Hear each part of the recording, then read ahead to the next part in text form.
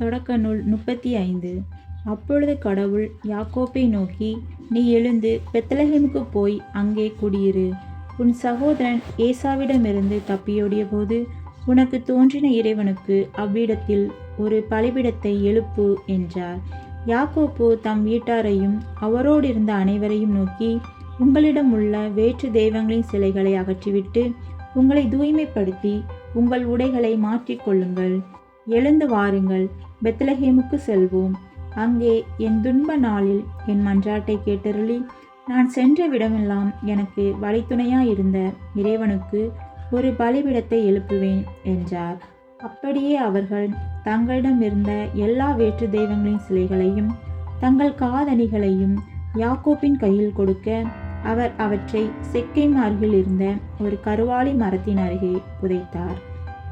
அவர்கள் புறப்பட்டு சென்ற பொழுது அவர்களை சூழ்ந்திருந்த எல்லா நகரத்தினருக்கும் கடவுள் திகிலூட்டினார்.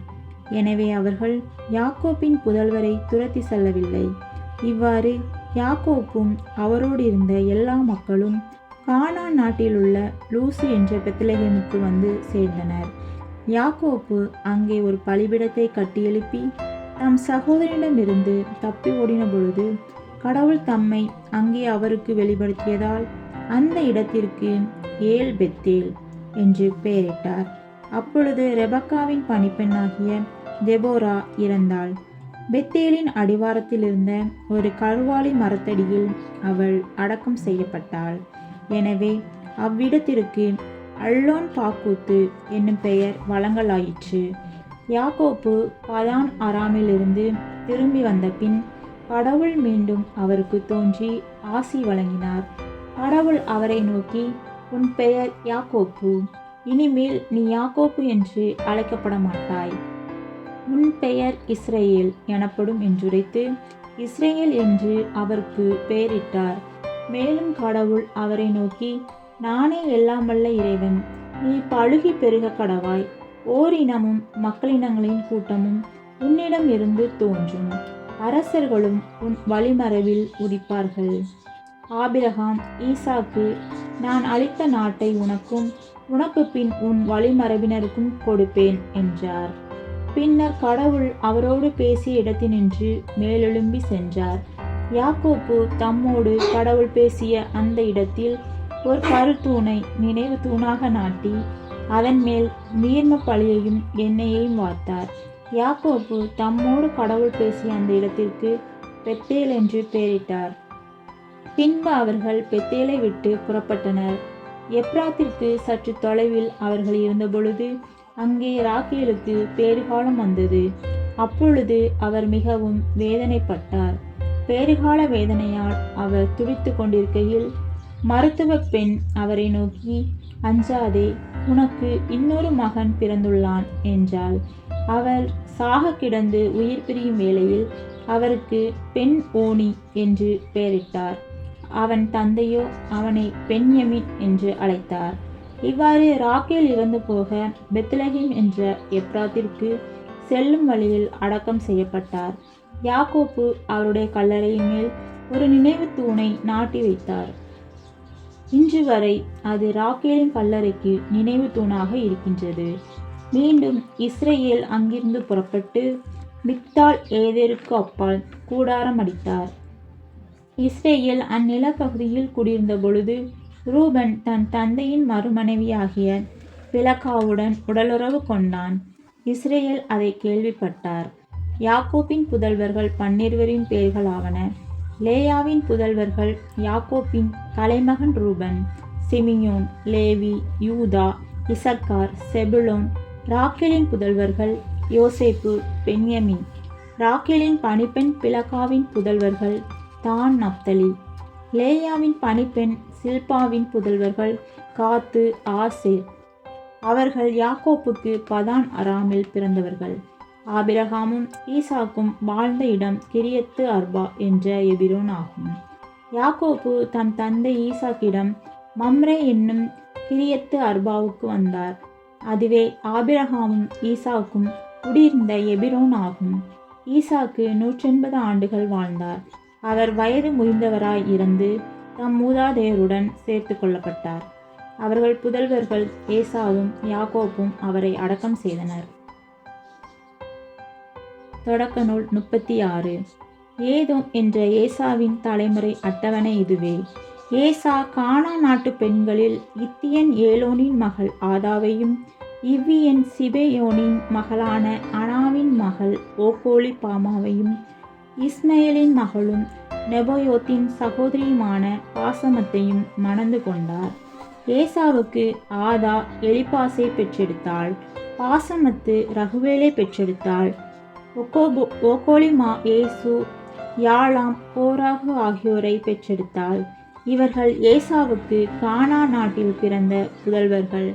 பின்னர் ஏசா தம் மனைவியர், புதல்வர், புதல்வியர், தம் வீட்டை சேர்ந்தவர் எல்லோரையும் அழைத்து கொண்டு தம் மந்தைகள், கால்நடைகள், கானான் நாட்டில் சேர்ந்திருந்த உடைமைகள் யாவற்றோடும் தம் சகோதரன் யாக்கோப்பை விட்டு பிரிந்து வேறு நாட்டிற்கு போனார்.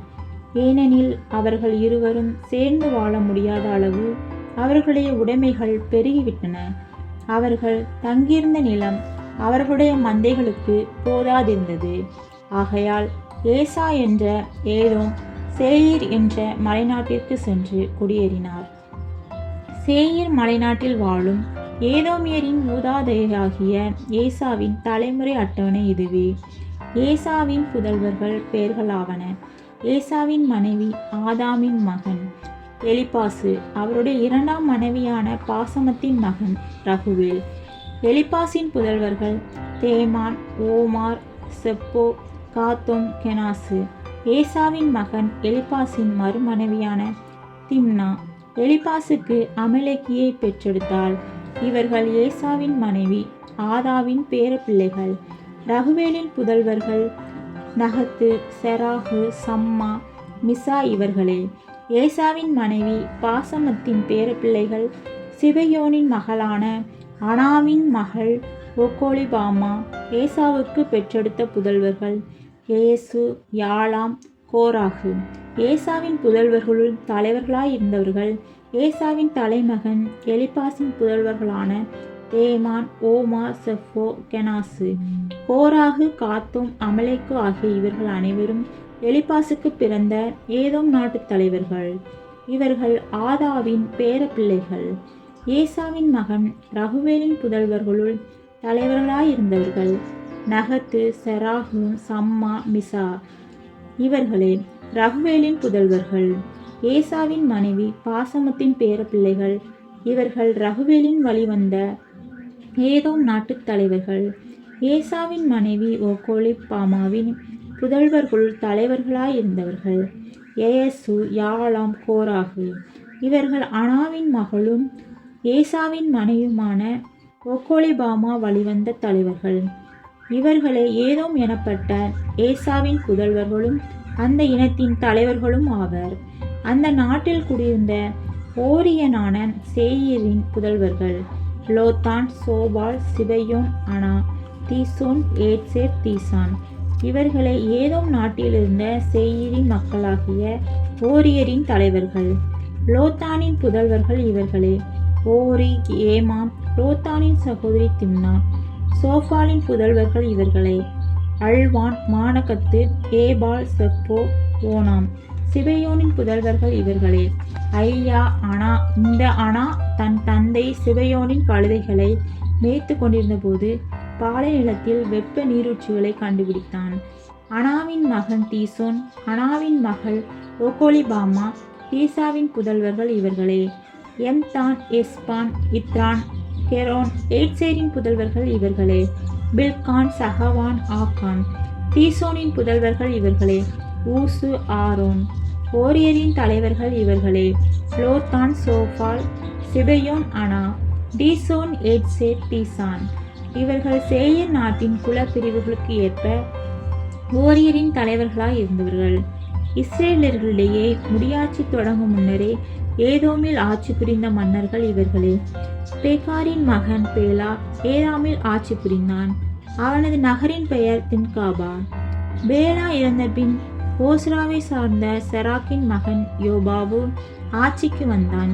யோபாபு இறந்த பின் தேமாரியரின் நாட்டைச் சேர்ந்த ஊசாம் ஆட்சிக்கு வந்தான். ஊசாம் இறந்த பின் பேதாதியின் மகன் அதாது ஆட்சிக்கு வந்தான். இவன் மோவாபு நாட்டில் மிதியானியரை தோற்கடித்தவன். அவனது நகரின் பெயர் அவித்து. அதாவது இறந்த பின் மஸ்ரேக்காவை சார்ந்த சம்லா ஆட்சிக்கு வந்தான். சம்லா இறந்த பின் யூப்பிரதீசு நதிக்கருகையில் இருந்த ரகபோத்தை சார்ந்த சாவுல் ஆட்சிக்கு வந்தான். சாவுல் இறந்த பின் அக்போரின் மகன் பாகால் அனான் ஆட்சிக்கு வந்தான். பாகால் அனான் இறந்த பின் அதார் ஆட்சிக்கு வந்தான். அவனது நகரின் பெயர் பாகும். அவன் மனைவியரின் பெயர் மெகற்றபேல். அவன் மேசபாக்கின் மகளான மத்ரேத்தின் மகள்.